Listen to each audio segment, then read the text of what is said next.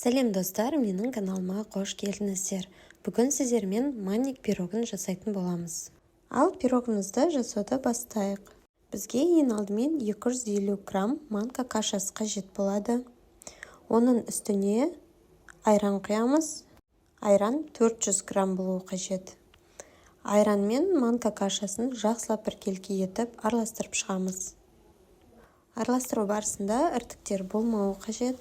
Және де жақсылап араластырып болғаннан кейін міндетті түрде каша мен айранды 25-30 минут көлемінде бетін жауып қойып қоямыз. 25-30 минуттан кейін дайын болған массамыздың үстіне 4 жұмыртқамызды қосып, видеода көрсетілгендей етіп, жақсылап біркелкі етіп араластырып шығамыз.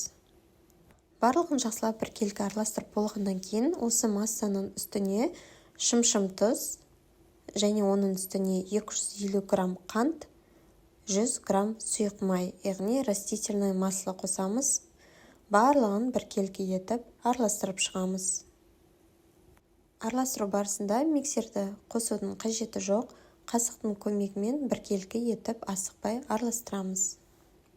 Осы пирогты жасау барысында қандай заттар қосылды құрамына, соның барлығын видеоның астына описание бөлімінде жазып кететін боламын, сол жерден көрсеңіздер болады. Егер осы пирог бойынша сұрақтарыңыз болса, комментарийға жаза кетіңіздер.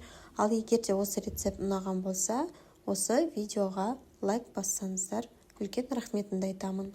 Барлығын жақсылап араластырып болғаннан кейін, оның үстіне 1 чай қасық қопсытқыш қосамыз, барлығын біркелкі етіп араластырамыз. Және де лимонның қабығын теркадан өткізіп қосамыз. Мен кішкене ғана қосқан болатынмын. Ұнаған болса қоссаңыздар болады, егер ұнатпайтындары болса қоспай қойсаңыздар болады. Енді дайындалған формамызға құятын боламыз.